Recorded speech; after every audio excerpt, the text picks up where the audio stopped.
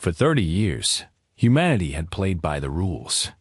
They smiled when aliens insulted them.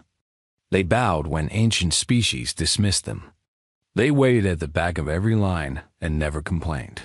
Admiral Grace Holloway remembered the day Earth joined the Galactic Concord. She had been a young officer then, full of hope and wonder. The galaxy was vast and filled with thousands of intelligent species. Humanity was the newest member, and Grace had believed they were entering a golden age of cooperation and discovery. She had been wrong. The Concord was not a family of equals. It was a system where old species ruled and young species obeyed. Humans were expected to remain silent for 500 years before they could even vote on simple matters. Their opinions meant nothing. Their concerns were ignored. They existed only to serve those who had come before. Captain Ben Turner understood this better than most. He commanded the diplomatic vessel Steadfast and had spent 15 years carrying ambassadors to council meetings across the galaxy. He had watched Ambassador Patricia Cole craft beautiful speeches that fell on deaf ears. He had seen her swallow her pride 1,000 times when alien leaders treated her like a child. Patricia was 62 years old now. Her hair had turned gray in service to a system that would never respect her. But she kept trying because someone had to represent humanity, even if no one listened. On this particular day, Patricia stood in her quarters aboard the Steadfast, staring at a report that made her hands shake. The colony world of Kepler 442b was in danger. 12 million humans lived there alongside 2 million Telori, a gentle insect-like species, who had become humanity's closest friends in the galaxy. The Telori were different from other aliens. When humanity first joined the Concord, most species had treated them with contempt or indifference. But the Telori had welcomed humans with open arms. They shared their farming techniques and star maps without demanding anything in return. They invited human children to play with their larvae. They celebrated human holidays and taught humans their own traditions. For 30 years, the Telori had been the only true friends humanity had in a cold and uncaring galaxy. Now the Veth Dominion wanted to kill them all. The Veth were an ancient reptilian species known for their cruelty. Their war fleet had appeared in orbit around Kepler 442b without warning. Their message was simple and terrifying. The Telori had committed crimes 700 years ago and must be punished. Every single Telori on the planet would die. Humans could leave or share their fate. Patricia immediately contacted the Galactic Concord and begged for help. The response came within an hour from High Arbiter Theska, a towering creature made of living crystal who had ruled the Concord. For thousands of years, the Arbiter's words were cold and final. The Veth were acting within their legal rights. The Telori had violated trade agreements long ago. Justice demanded their extinction. Humanity should evacuate and stay out of the matter. Patricia read the message 3 times. Each time, she felt something break inside her. Captain Turner entered her quarters and found her standing perfectly still, her face empty of expression. He had served with her for 10 years and had never seen her look this way. "Ambassador?" he asked quietly. "What are our orders?" Patricia did not answer immediately. She walked to the viewport and looked out at the stars. Somewhere in that darkness, 14 million people waited to learn if they would live or die. "I used to believe in the system," she said finally. "I thought if we were patient enough, polite enough, obedient enough, they would eventually accept us. I told myself the rules existed for good reasons, that the ancient species knew things we didn't understand." She turned to face Turner. Her eyes were dry, but something burned behind them that he had never seen before. "They're going to murder 2 million innocent people, Ben. People who showed us kindness when no one else would. And the Concord says it's legal. They say it's justice." Turner said nothing. There was nothing to say. "Get me a direct communication line to Earth," Patricia ordered. To Secretary General Nathan Price, use our highest encryption. I don't care if the Concorde sees it. Ma'am, if we communicate outside proper channels, they could strip your diplomatic status. They could ban humanity from future council sessions. Patricia laughed. It was not a happy sound. What council sessions, Ben? The ones where we sit in silence while they ignore us. The ones where we beg for scraps of respect and receive nothing. She shook her head. I'm done. Get me that line. Turner nodded and left to carry out her orders. He understood. Something had changed in the ambassador, and he suspected it had changed in him too. While they waited for the connection to Earth, Patricia began reviewing classified files she had gathered over the years. She had always been curious about the Concorde's history, about the species that had disappeared over the millennia. Now she searched with desperate purpose. What she found made her sick. The trade violation the Veth claimed the Talori had committed 700 years ago did not exist. The records had been fabricated. Patricia found evidence of 17 other species that had been exterminated under similar false pretenses. The pattern was clear and horrifying. The Galactic Concorde was not a government. It was a machine for legal murder. Ancient species used it to eliminate anyone they found inconvenient. And younger species were too afraid to object.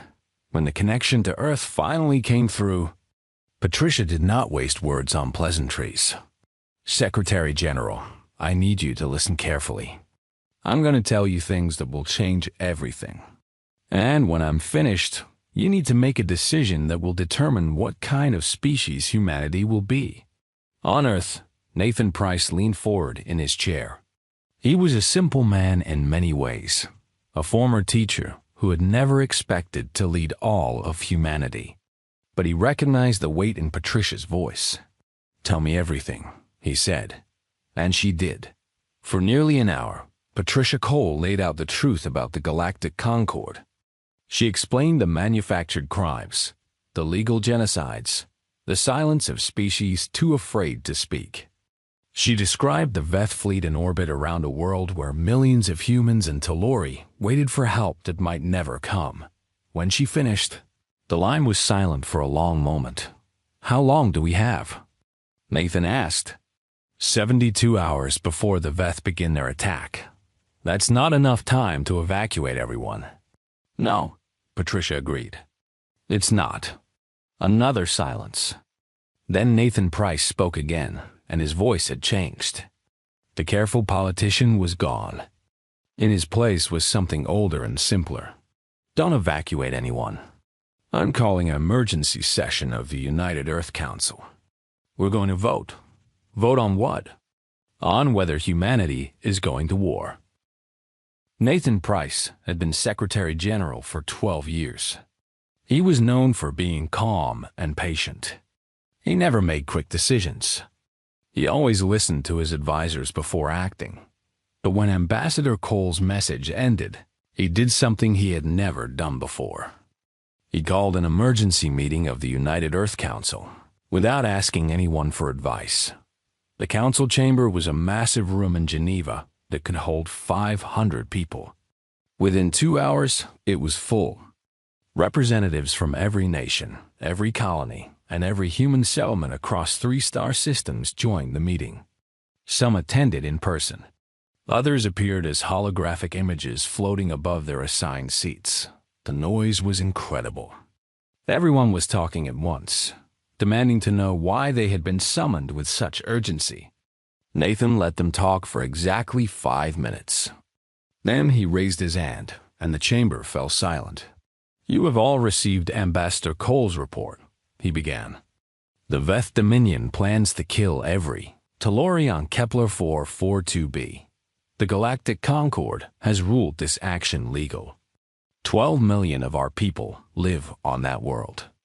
The Concorde has kindly offered to let us evacuate them before the killing starts. Representative Linda Mason from the North American Union spoke first. How much time do we have? 72 hours.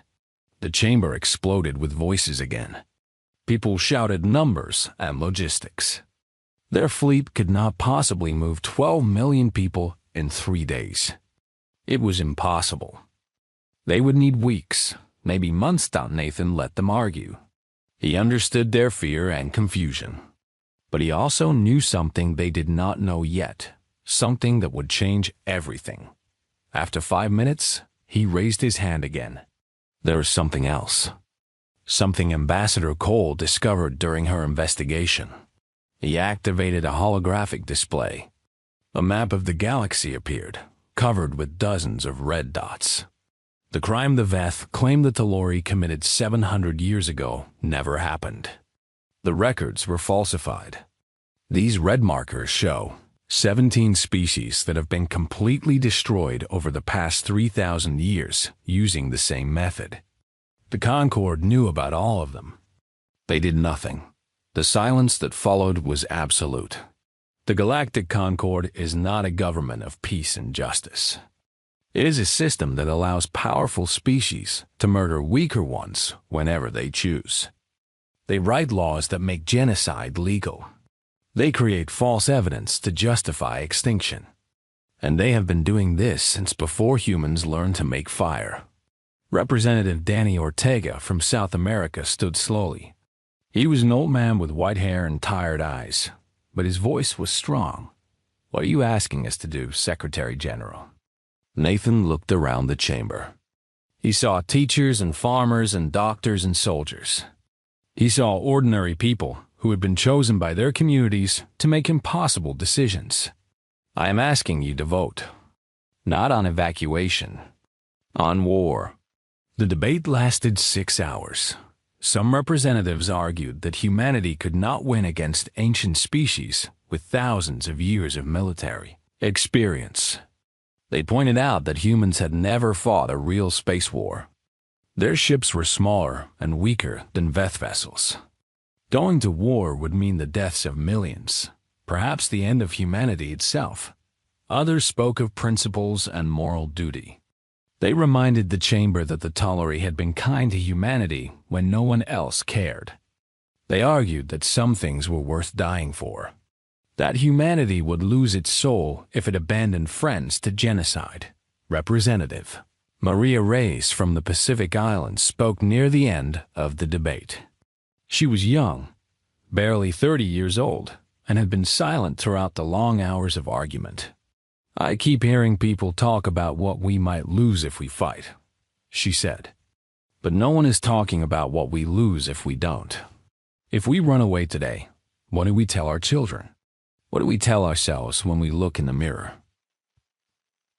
What do we tell ourselves when we tell ourselves when we tell ourselves when we look in the mirror? That we were safe? That we survived?" She shook her head. "I don't want to survive that way. I don't want to be part of a species that watches friends die and does nothing because it's convenient." When the vote finally came, it was not close. 412 representatives voted yes. 7 voted no. Humanity would go to war. Nathan Price stood at the podium and looked out at the chamber. Some people were crying. Others sat in stunned silence. A few were already making calls, mobilizing resources, preparing for what was to come. "There is one more thing," Nathan said. "I will personally write our response to the Veth Dominion and the Galactic Concord. This message will be broadcast on every channel, to every species across the entire galaxy. It will make clear exactly who we are and what we stand for." He paused, gathering his thoughts. "For 30 years, we have been polite. We have followed rules designed to keep us silent and small. We have smiled at insults and accepted our place at the bottom of their hierarchy." His voice grew stronger. "No more. If we are going to die, we will die standing up. And the galaxy will remember." Across human space, the news spread like wildfire. On Luna, retired Admiral Grace Holloway watched the vote results in her small apartment. Her granddaughter Katie sat beside her, barely 20 years old and fresh from the academy. "Grandma?" Katie asked. "What are you doing?" Grace had already risen from her chair and was walking toward her bedroom with purpose she had not felt in years. "Finding my uniform?" she answered. "They're gonna need every pilot they can get. You're 73 years old." Grace turned and smiled. It was not a soft smile. "And I've been waiting 73 years for humanity to finally stand up for something. I'm not missing this." On Kepler 442b, Governor Maria Santos gathered the colony's leaders in her office. Humans and Talori sat side by side, waiting for news from Earth. When the vote results came through, the room was silent for a long moment. Elder Chittick, the leader of the Talori community, spoke first. His insect-like face could not show human expressions, but his voice was heavy with emotion. "Your people would go to war for us. They would die for us." Maria took his forelimb in her hand, the Talori gesture of friendship. "You were kind to us when we had nothing. You taught us and fed us and called us friends when the whole galaxy called us children." She squeezed gently. "Did you really think we would forget? Kindness is not a reason for species to die. Maybe that's been the problem with this galaxy all along. Maybe nobody ever taught them that kindness is the only reason worth dying for." Outside the office window, the first Veth warships were visible as tiny points of light in the evening sky. 14 million people looked up at them and waited, but they were no longer waiting for rescue. They were waiting for war. In Geneva. Nathan Price sat alone in his office, writing the most important document in human history. He wrote and rewrote, searching for the perfect words. This message would define humanity. It would tell the galaxy exactly who they were. He thought about his grandmother, who had survived a war when she was young. She used to tell him that there were times when good people had to fight, even when winning seemed impossible. She said that standing up for what was right was more important than living on your knees. He had never really understood her until now. By morning, the message was ready. It was time to tell the galaxy that humanity was done being quiet. The message arrived on every Veth warship at the same moment. It appeared on screens across the Galactic Concord's communication network. Every species with access to galactic broadcasts received it simultaneously. It carried humanity's official seal and the signature of Secretary General Nathan Price. On the Veth flagship, Admiral Kesseth read the message with growing disbelief. His reptilian eyes narrowed as he processed each word. In 300 years of military service, he had never received anything like this. The message began simply, "To the Veth Dominion and the Galactic Concord. From the United Earth Council and all the people of Earth, for 30 years, humanity has followed your rules. We bowed when you demanded it. We waited when you told us to wait. We smiled through your insults and accepted our place at the bottom of your hierarchy. We believed this was the price of peace. We believed our patience would eventually earn us respect. We were wrong. Your rules do not exist to maintain order. They exist to enable murder. Your laws are not justice. They are a mask that covers the faces of killers. For 3,000 years, you have made genocide legal and called it civilization. No more. Humanity formally withdraws from the Galactic Concord. We reject your authority. We reject your laws. We reject your judgment. We do not recognize the Veth Dominion's claims against the Talori people. We do not recognize any species' right to commit extinction. To the Veth fleet currently threatening Kepler 442b. You have 6 hours to leave the system. After that time, any ship that remains will be treated as an enemy and destroyed. This is not a negotiation. This is not a diplomatic request. This is a promise. Enough. No more decorum. Signed, Secretary General Nathan Price, on behalf of every human being, past, present, and future. Admiral Kesseth stared at the message for a long time. Then he began to laugh. "They are insane," he said to his officers. 31 human ships against our 47? They will be destroyed in hours. His second-in-command, a younger Veth named Desser, seemed less certain. Admiral, the humans have never made threats before. They have always been careful and quiet. This is unexpected. It is desperation. Nothing more. Kesseth waved his clawed hand dismissively. Prepare the fleet for battle. We will crush these newcomers and then finish our work with the Talori. Across the galaxy, other species reacted to humanity's message with shock and confusion. On the Concord's central station, High Arbiter Theska gathered the Council of Ancient Species for an emergency meeting. Her crystalline form pulsed with agitated light as she addressed the assembled leaders. The humans have lost their minds, declared Ambassador Vorn of the Kellish Empire, a species of tentacled beings who had been part of the Concord for 10,000 years. They cannot win this fight. They must know this. Perhaps they do not care about winning, said another voice. It came from a small observer's booth at the edge of the chamber. The speaker was Prelate Isk of the Fenari, a young species who had joined the Concord only 2 centuries before humanity. The ancient species turned to look at Isk with contempt.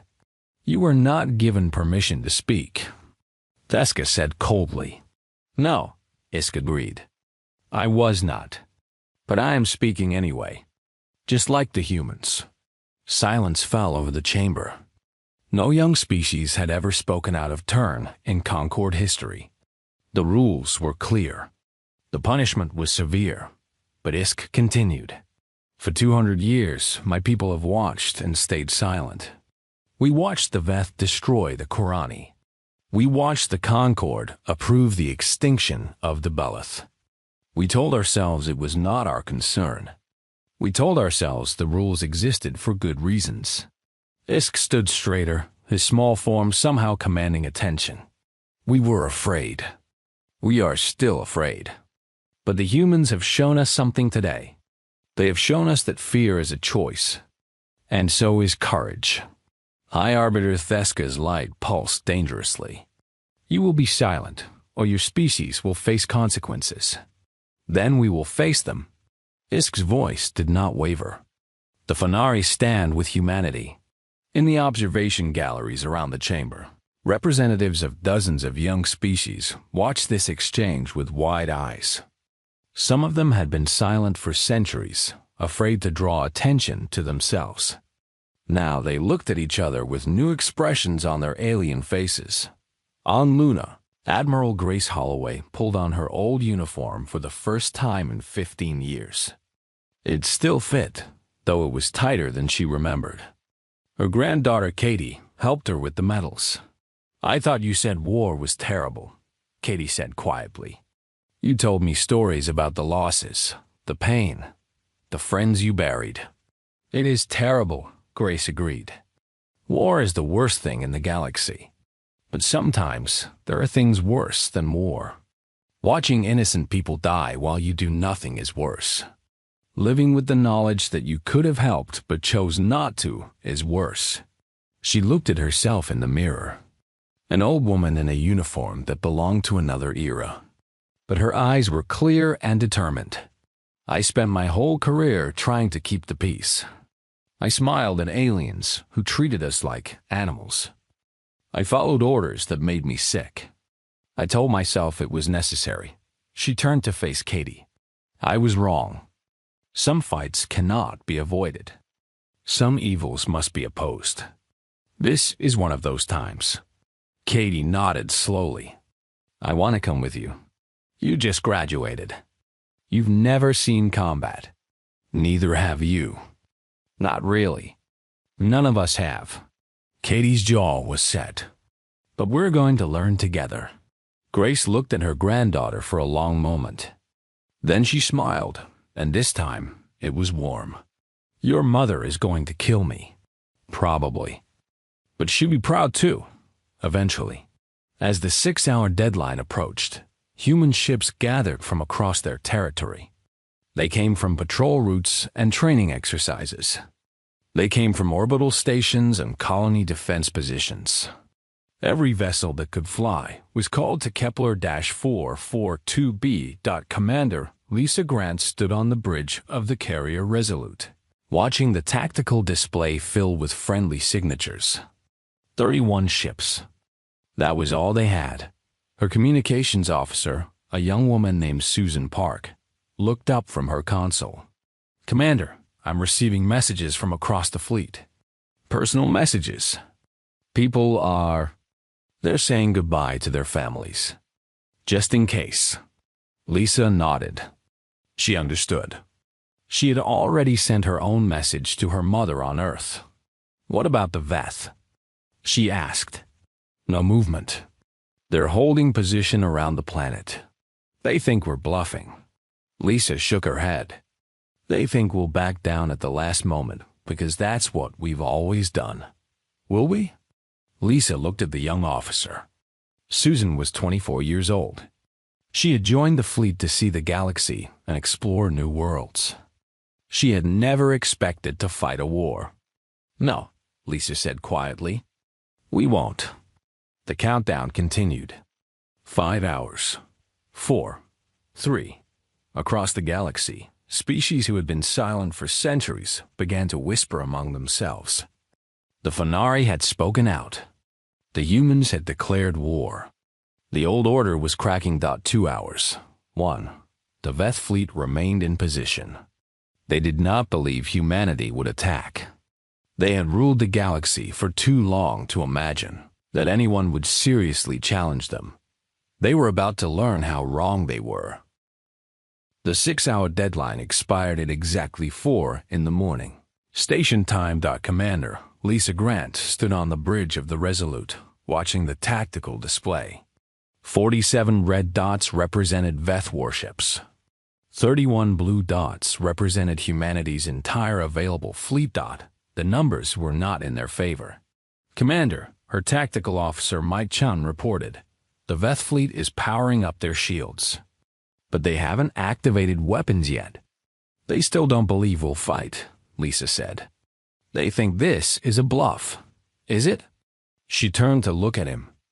Mike was 26 years old and brilliant at his job. He was also terrified. She could see it in his eyes and the slight tremor of his hands. She could not blame him. She was terrified too. "No," she said. "It's not."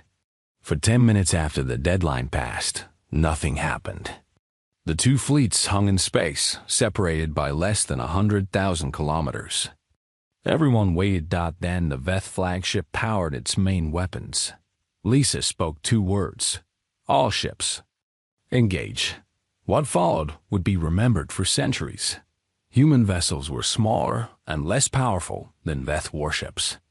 Everyone knew this. The Veth had been fighting wars for 3,000 years. Humans had never fought anyone. By every measure that mattered, humanity should have been destroyed in the first hour. But the Veth made a mistake. They assumed humans would fight the way every other species fought. They expected orderly formations and predictable tactics. They expected their enemy to follow the rules of space combat that had been established for millennia. Humans did not follow rules. Commander Grant led her carrier straight at the Veth flagship, while her escort ships scattered in what looked like random directions. The Veth commanders watched with confusion. This made no sense. The humans were exposing their most important ship to direct attack, but it was not random. It was chaos with purpose. As the Veth focused their fire on the Resolute, smaller human ships attacked from unexpected angles. They used asteroids as cover. They made dangerous maneuvers that should have been impossible. They sacrificed positioning for speed, trading safety for aggression. The Veth tried to coordinate their response, but human ships never stayed still long enough to target. They swarmed like insects, biting and retreating, never letting the enemy rest. Targeting their communications array, weapons officer Sarah Mills called out, "If we can blind their flagship, do it." The shot was precise. A burst of energy crossed the void, and struck the Veth command ship exactly where its communication systems were housed. In an instant, Admiral Kesseth lost contact with his fleet without orders from their leader. The Veth captains had to make their own decisions. Some continued attacking. Others hesitated. A few began to retreat. The unified fleet became 47 individual ships fighting 47 individual battles. The human fleet stayed coordinated. They communicated constantly, adjusting their tactics in real time. When one ship was in danger, others came to help. When an opportunity appeared, they struck together. Admiral Grace Holloway commanded a squadron of fighters from the cockpit of her own vessel. At 73 years old, she was the oldest pilot in the battle. She was also one of the best. "Form up on my wing," she ordered her squadron. "We're going after their supply ships. Cut off their fuel and ammunition, and this fight ends faster." Her granddaughter Katie flew beside her, young and scared but steady. "Grandma, we've got 4 Veth interceptors coming in from the left. I see them. Stay close and follow my lead." Grace threw her fighter into a spinning dive that should have been impossible for a pilot her age. Katie followed, matching her grandmother's movements with the quick reflexes of youth. Together, they led the Veth interceptors into an asteroid field where the larger, less maneuverable ships could not follow. "Got one," Katie reported as her weapons found their target. 3 remaining. "Nice shooting. Now let's finish this." Across the battlefield, similar stories played out. Human pilots used creativity and courage to overcome superior technology. Human ships took wounds that should have destroyed them and kept fighting. Human crews refused to surrender even when their situation seemed hopeless. 4 hours into the battle, the Veth fleet began to break. Admiral Kesseth finally restored partial communications and saw disaster on his tactical display. 14 of his ships had been destroyed. Another 12 were heavily damaged. His fleet was scattered and disorganized. The humans had lost 7 ships. "Only 7. This is impossible," he whispered. "They are children. They know nothing of war." His second-in-command, Desser, answered quietly. "Perhaps that is why they fight so well. They do not know how they are supposed to fight. So they fight however they need to. What do we do?" Desser was silent for a long moment. Then he spoke words no Veth officer had spoken in 3,000 years. "We should surrender." Kesseth turned to stare at him with horror. "Surrender? To these newcomers?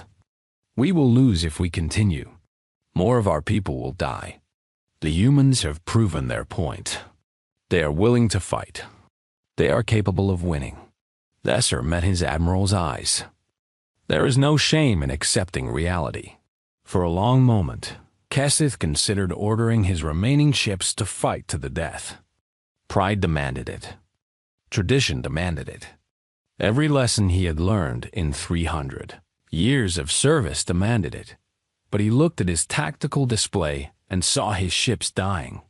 He thought about the families waiting at home. He thought about young Veth, who would never return because their admiral was too proud to admit defeat. "All ships," he said finally, his voice heavy with shame. "Stand down. Signal our surrender to the human fleet." On the bridge of the Resolute, Commander Lisa Grant received the message with disbelief. "They're surrendering?" she asked. "All of them?" 23 ships confirmed, Commander. The rest have already fled the system." Lisa sat down heavily in her command chair. Her hands were shaking. Her uniform was soaked with sweat. She had not slept in over 30 hours. "We won," she said quietly. "We actually won." Around her, the bridge crew began to cheer. The sound spread through the ship, then through the fleet, as the news was confirmed. Humans had faced an ancient enemy and emerged victorious, but Lisa did not celebrate. She thought about the 7 ships they had lost. She thought about the crews who would never go home. She thought about the messages she would have to write to their families. "This is just the beginning," she said to no one in particular. The Veth were one species. The Concord has hundreds. They'll come for us now. All of them. Our executive officer, a steady man named Pete Harris, nodded soberly. "What do we do?" Lisa looked out the viewport at the planet they had saved. 14 million people were down there, human and Talori together. They had fought for those people. They had died for them. "We prepare," she said, "and we find allies. Because humanity can't win this alone." In the observation galleries of the Galactic Concord, representatives of young species watched the battle's outcome with amazement. The humans had won. The humans had actually won. Something had changed in the galaxy, and everyone knew it. The old rules no longer applied. The Galactic Concord held an emergency meeting 3 days after the battle. The Great Chamber was fuller than it had been in centuries. Every species sent representatives. Everyone wanted to see what would happen next. High Arbiter Theska stood at the center of the chamber, her crystalline form glowing with agitated light. For 3,000 years, she had maintained order through fear and tradition. Now, that order was crumbling. Ambassador Patricia Cole arrived without official credentials. Humanity had withdrawn from the Concord, which meant she had no legal standing. She was accompanied by Admiral Grace Holloway, still wearing her flight suit from the battle. "You come without permission," Theska said coldly. "You have no voice here." Patricia smiled. It was not a diplomatic smile. "We are not here to speak to you," she said. "We are here to speak to them." She turned to face the observation galleries, where representatives of hundreds of species watched in silence. Some were ancient members of the Concord who had helped design its cruel system. Others were young civilizations like humanity, forced into silence and submission for centuries. "Look at yourselves," Patricia said. Her voice carried through the vast chamber. "Some of you have been sitting in those galleries for 1,000 years, waiting for permission to speak. Some of you have watched entire species disappear and told yourselves it was not your concern. Some of you have lived in constant fear, wondering if you would be next." She paused, letting her words sink in. "Humanity proved something at Kepler 442b. We proved that the old rules only work if everyone follows them. We proved that even a young species can defeat an ancient enemy if they are willing to fight. We proved that the Concord's power was always an illusion, built on fear and silence." High Arbiter Theska's form pulsed dangerously. "You speak of illusions? We have maintained peace for 3,000 years. We have prevented wars that would have destroyed civilizations." "You have prevented nothing," Patricia replied. "You have simply controlled who does the killing. 17 species have been exterminated under your watch. 17 entire civilizations erased from existence. You called it legal. You called it justice. But it was just murder with paperwork." A murmur ran through the galleries. Young species who had never dared to speak looked at each other with growing courage. Ancient species who had benefited from the system shifted uncomfortably. Prelate Isk of the Fanari stood in his gallery. "The humans speak truth. My species has lived in fear for 2 centuries. We have watched and stayed silent because we thought we had no choice. But there is always a choice." Another voice joined his. Then another. Species that had been silent for generations began to speak, their words tumbling over each other in a growing chorus of dissent. Theska raised her crystalline limbs for silence. "Enough. This is chaos. This is the destruction of everything we have built." "Good," Patricia said simply. "What you built deserved to be destroyed." She stepped forward, facing the High Arbiter directly. "Here is what humanity wants. Real representation for all species, regardless of how old they are. An end to manufactured crimes and legal genocides.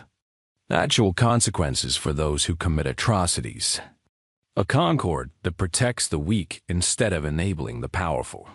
These are significant demands. Then consider them carefully, because humanity is not going anywhere, and neither is anyone else, if we have anything to say about it. The debate that followed lasted for weeks. Ancient species argued that the old system was necessary, but chaos would destroy the galaxy without their firm control. Young species countered that the old system had only protected those at the top, while everyone else lived in fear. In the end, change came not through a single dramatic moment, but through countless small decisions. Species that had been silent began to vote together. Trade agreements were renegotiated. Military alliances shifted. The Veth Dominion, humiliated by their defeat, withdrew from galactic politics entirely. Other ancient species that had enjoyed protected status under the old rules found their influence fading. The Concord did not collapse, but it transformed into something new and uncertain. Admiral Grace Holloway returned to Luna after the fighting ended. Her granddaughter Katie shipped out on her first assignment aboard a patrol vessel. Their mission was simple: escort refugees from a species fleeing persecution to safe harbor. "You know," Katie said during one of their video calls, "I used to wonder what humanity was supposed to be. Out here, surrounded by all these ancient civilizations, I felt so small, so young, like we did not matter. And now?" Grace asked. "Now I think maybe that is exactly what the galaxy needed. Someone young enough to be angry at injustice instead of accepting it. Someone small enough to understand what it means to be afraid." Katie smiled through the screen. "Someone human enough to fight for strangers." Grace nodded slowly. "That is as good a definition as any." On Kepler 442b, the colony began to rebuild. Governor Maria Santos worked alongside Elder Chittick to integrate human and Talori communities more deeply than before. Children of both species grew up together, learning each other's languages and customs. One evening, Maria and Chittick stood on a hillside overlooking the main settlement.